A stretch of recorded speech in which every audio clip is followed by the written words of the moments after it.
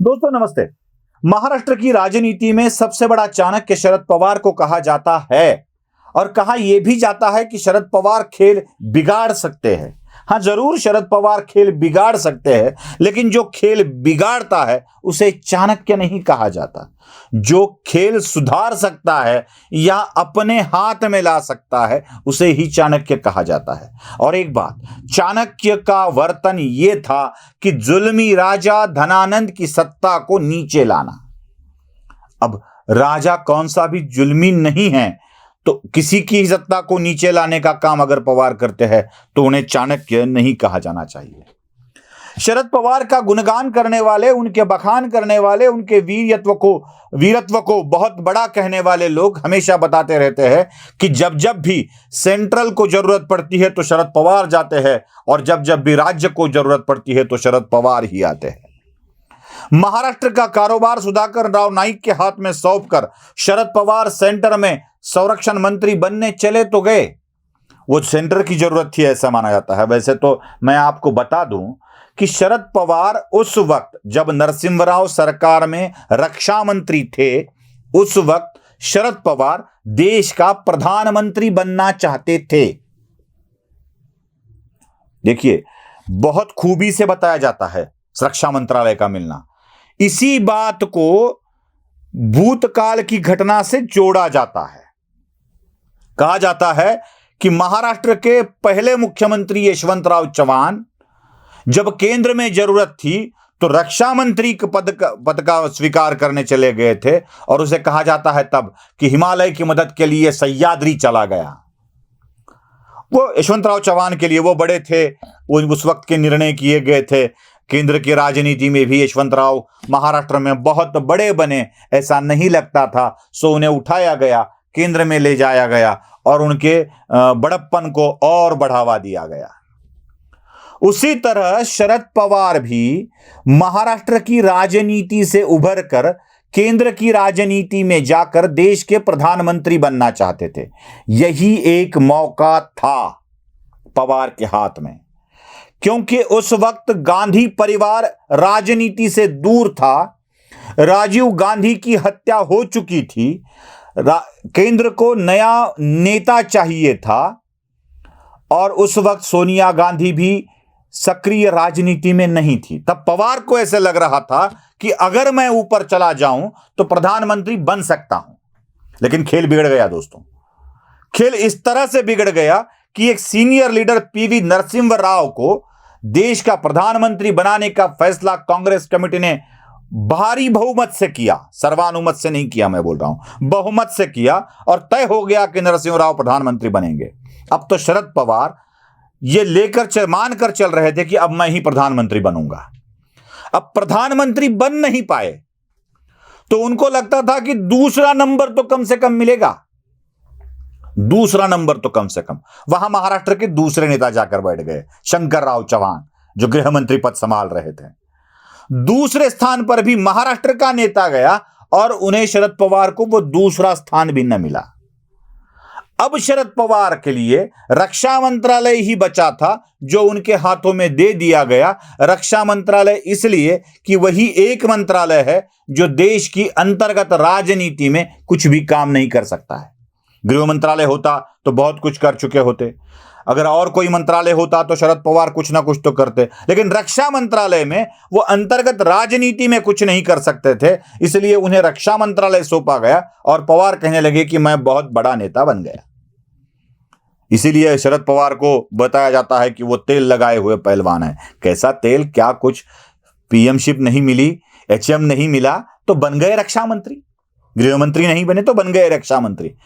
अब रक्षा मंत्री बनने के बाद का एक बात मैं आपको जरूर बताना चाहूंगा, बहुत अच्छी बात है ये। नवा काल अगर उस वक्त का एक बहुत बड़ा अखबार मुंबई में चलता था और उस नवा काल में तब के एडिटर ने एक लंबा इंटरव्यू छापा था, एक बहुत लंबा इंटरव्यू छापा था नवा काल में। तो उस इंटरव्यू में शरद पवार एक ही बात बोलते थे कि अब कुछ भी हो जाए मैं महाराष्ट्र में नहीं जाऊंगा। निळूभाऊ खाड़ीलकर नाम के पत्रकार थे, उन्होंने ये इंटरव्यू लिया था। बहुत ही लंबा 2-3 घंटे उन्होंने इंटरव्यू लिया था और उसको 5 भागों में छापा गया था। हर एक भाग में पवार यही बात करते थे कि अब महाराष्ट्र की राजनीति में मैं नहीं जाऊंगा, अब केंद्र में राजनीति करूंगा। आश्चर्यजनक यह बात है दोस्तों कि इस इंटरव्यू के 5 भाग छपे, लिया, उसके बाद लिखे गए, उसके बाद छापे गए। मतलब बहुत बड़ा अंतर है उसमें, इंटरव्यू लेना, इंटरव्यू लिखना, इंटरव्यू छापना, एक बहुत बड़ा अंतर हो जाता है इसमें। अब जबकि इंटरव्यू छापा गया और 5वां भाग प्रकाशित हुआ तो उसी वक्त शरद पवार केंद्र के रक्षा मंत्रालय से उठकर महाराष्ट्र के मुख्यमंत्री पद पर आकर बैठ गए। अब ये इंटरव्यू में कह रहे हैं कुछ दिन पहले कि ना, मैं तो अभी महाराष्ट्र में नहीं आऊंगा, और शरद पवार को महाराष्ट्र में आना पड़ा। इसकी भी एक बड़ी अच्छी कहानी बताई जाती है। जब बाबरी का पतन हो चुका था, दंगे हो रहे थे, बम स्फोट हो रहे थे, तब शरद पवार ने कहा था कि अभी कुछ लोगों को इस्तीफा दे देना चाहिए। शंकरराव चौहान जो देश के गृह मंत्री है, उन्हें इस्तीफा दे देना चाहिए। कोई कुछ नहीं बोला। ऐसा माना जाता है कि पीवी नरसिम्हा राव एक ऐसे मंझे हुए खिलाड़ी थे। विश्वास नहीं होता ना आपको कि 5 साल पीवी नरसिम्हा राव ने राज किया है। वो जमाना ऐसा था कि उस जमाने में गांधी को छोड़कर या कांग्रेस को छोड़कर कोई भी 5 साल सरकार नहीं चला सकता, ऐसे बोला जाता था। वीपी सिंह की सरकार गिर गई थी, चंद्रशेखर की सरकार गिर गई थी, उससे पहले मोरारजी देसाई की सरकार गिर गई थी, उसके बाद बनी चरण सिंह की सरकार भी गिर गई थी। मतलब 4 प्रधानमंत्री अल्पकालीन देखे गए थे। गांधी परिवार के सिवा कोई प्रधानमंत्री बनता है या कांग्रेस के सिवा कोई प्रधानमंत्री बनता है तो वह टिकता ही नहीं है, यह बरकरार था। और पीवी नरसिम्हा राव के पास तो भारी बहुमत भी नहीं था, यहां तक कि उन्हें जुटाने पड़े थे। उस वक्त के वित्त मंत्री और भूतपूर्व प्रधानमंत्री मनमोहन सिंह ने एक शेर भी कहा था अर्थसंकल्प के समय, बजट पेश करते समय। उन्होंने यह कहा था कि अकेला ही चला था मंजिल जानिब की तरफ, मंजिल पास आती गई, कारवां बनता गया। लोग साथ जुड़ते गए थे। बहुत सारे मामले उस वक्त के मंझे हुए खिलाड़ी थे। ऐसा बताया जाता है कि जब पीवी को कुछ नहीं बोलना होता था तो पीवी अपने मुंह में पान चबाते हुए बैठ जाते थे, थूकते नहीं थे। अब मुंह में पान है तो बोल नहीं सकते। प्राइम मिनिस्टर मुंह में पान लेके बैठ गए तो वो सिर्फ सुनते थे, बोलते नहीं थे। वैसे पीवी नरसिम्हा राव को बहुत सारी भाषाएं, 14 भाषाएं उन्हें आती थी। वो मराठी भी बहुत अच्छी तरह से बोल सकते थे, हिंदी बोल सकते थे, तेलुगु बोल सकते थे, मलयालम बोल सकते थे, कन्नड़ा बोल सकते थे। सारी भाषाएं उन्हें आती थी। लगभग 14 भाषा के वो ज्ञानी थे। उस वक्त शरद पवार ने यह दांव फेंका कि मुंबई में बहुत बड़े दंगे हो रहे हैं, सुधाकर राव नाइक को इस्तीफा दे देना चाहिए। मुंबई में बहुत बड़े दंगे हो रहे हैं, गृह मंत्री को इस्तीफा दे देना चाहिए। लेकिन पीवी कुछ नहीं बोले, चुप बैठे रहे। वो पीवी को मनाते रहे कि किसी ना किसी का तो इस्तीफा, इस परंपरा को, उज्जवल परंपरा को कायम रखने के लिए ले लेना चाहिए। लेकिन पीवी कुछ नहीं, बस शांत रहे। जिस वक्त शरद पवार ने कहा कि अगर कोई नहीं देना चाहता है तो मैं दे देता हूं इस्तीफा, तो पीवी पटाख करके बोले चलो दे दो, चले जाओ महाराष्ट्र में मुख्यमंत्री बनकर। बगैर सूंठ की खांसी चली गई भाई, बगैर दवा की खांसी चली गई, तो चले गए वो इस्तीफा देकर और महाराष्ट्र में मुख्यमंत्री बन गए। पीवी शरद पवार को केंद्रीय मंत्रिमंडल में नहीं चाहते थे, इसलिए वो उठे और महाराष्ट्र के मुख्यमंत्री के तौर पर वो आ गए। जैसे ही शरद पवार महाराष्ट्र में आए, मैं आपको बता रहा हूं कितनी महानता है उनकी। प्रधानमंत्री बनना चाहते थे, गृह मंत्री बनना चाहते थे, नहीं बने। संरक्षण मंत्री, रक्षा मंत्रालय पे उन्हें समाधान करना पड़ा। उसके बाद भी कुछ दिन भी नहीं टिक पाए। पीवी नहीं चाहते थे कि वो वहां रहे, उनको उठाकर फिर से महाराष्ट्र में भेजा गया और कहा कि महाराष्ट्र की स्थिति को सुधारने के लिए पवार आ गए। बस इतनी बात तक ठीक है।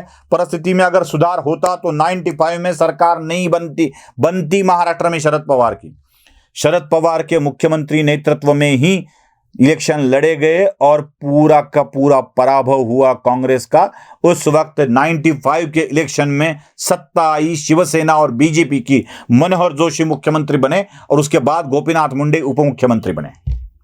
शरद पवार के नेतृत्व में हर बार कांग्रेस की हार हुई है और लोग बोलते हैं कि शरद पवार बहुत मंझे हुए नेता है, बहुत ही अच्छे खिलाड़ी है, ये है वो है, तेल लगाए हुए पहलवान हैं। एक बार निळूभाऊ खाड़ीलकर की बात सुनकर, उन्होंने ही कहा था निळूभाऊ खाड़ीलकर ने कि शरद पवार तेल लगाए हुए पहलवान हैं, तो उन्होंने ये कह दिया था लोगों से कि भाई मैं जरूर तेल लगाने वाला पहलवान हूं, लेकिन पीवी नरसिंह राव तूप लगाया हुआ, घी लगाया हुआ पहलवान है। अब घी लगाने की बात इसलिए कही गई थी कि पीवी नरसिंह राव ब्राह्मण थे, तो ये घी वाला पहलवान है, मैं तेल वाला पहलवान हूं, ऐसा शरद पवार ने कहा था। लेकिन पीवी के होते शरद पवार प्रधानमंत्री नहीं बन पाए थे और उनको वापस आना पड़ा था। यही एक बात है कि शरद पवार को हम इतना बड़ा समझते हैं, लेकिन शरद पवार प्रधानमंत्री नहीं बन पाए, शरद पवार को वापस आना पड़ा और शरद पवार अपनी ही पार्टी को कभी मुख्यमंत्री पद पर जीत नहीं दिला पाए। भूतकाल में भी देखिए, जब जब पवार मुख्यमंत्री बने हैं तब तब कांग्रेस की संख्या घटती हुई आपको नजर आएगी। शायद अगले किसी वीडियो में भी इसकी पूरी जानकारी मैं आपको दे दूंगा। अब आप ही तय कीजिए कि शरद पवार सच में मंझे हुए चाणक्य है या और कुछ है। तय आपको करना है। वीडियो पसंद आता है तो लाइक भी आपको करना है, बहुत पसंद आता है तो लोगों को बताने के लिए शेयर भी करना है। धन्यवाद।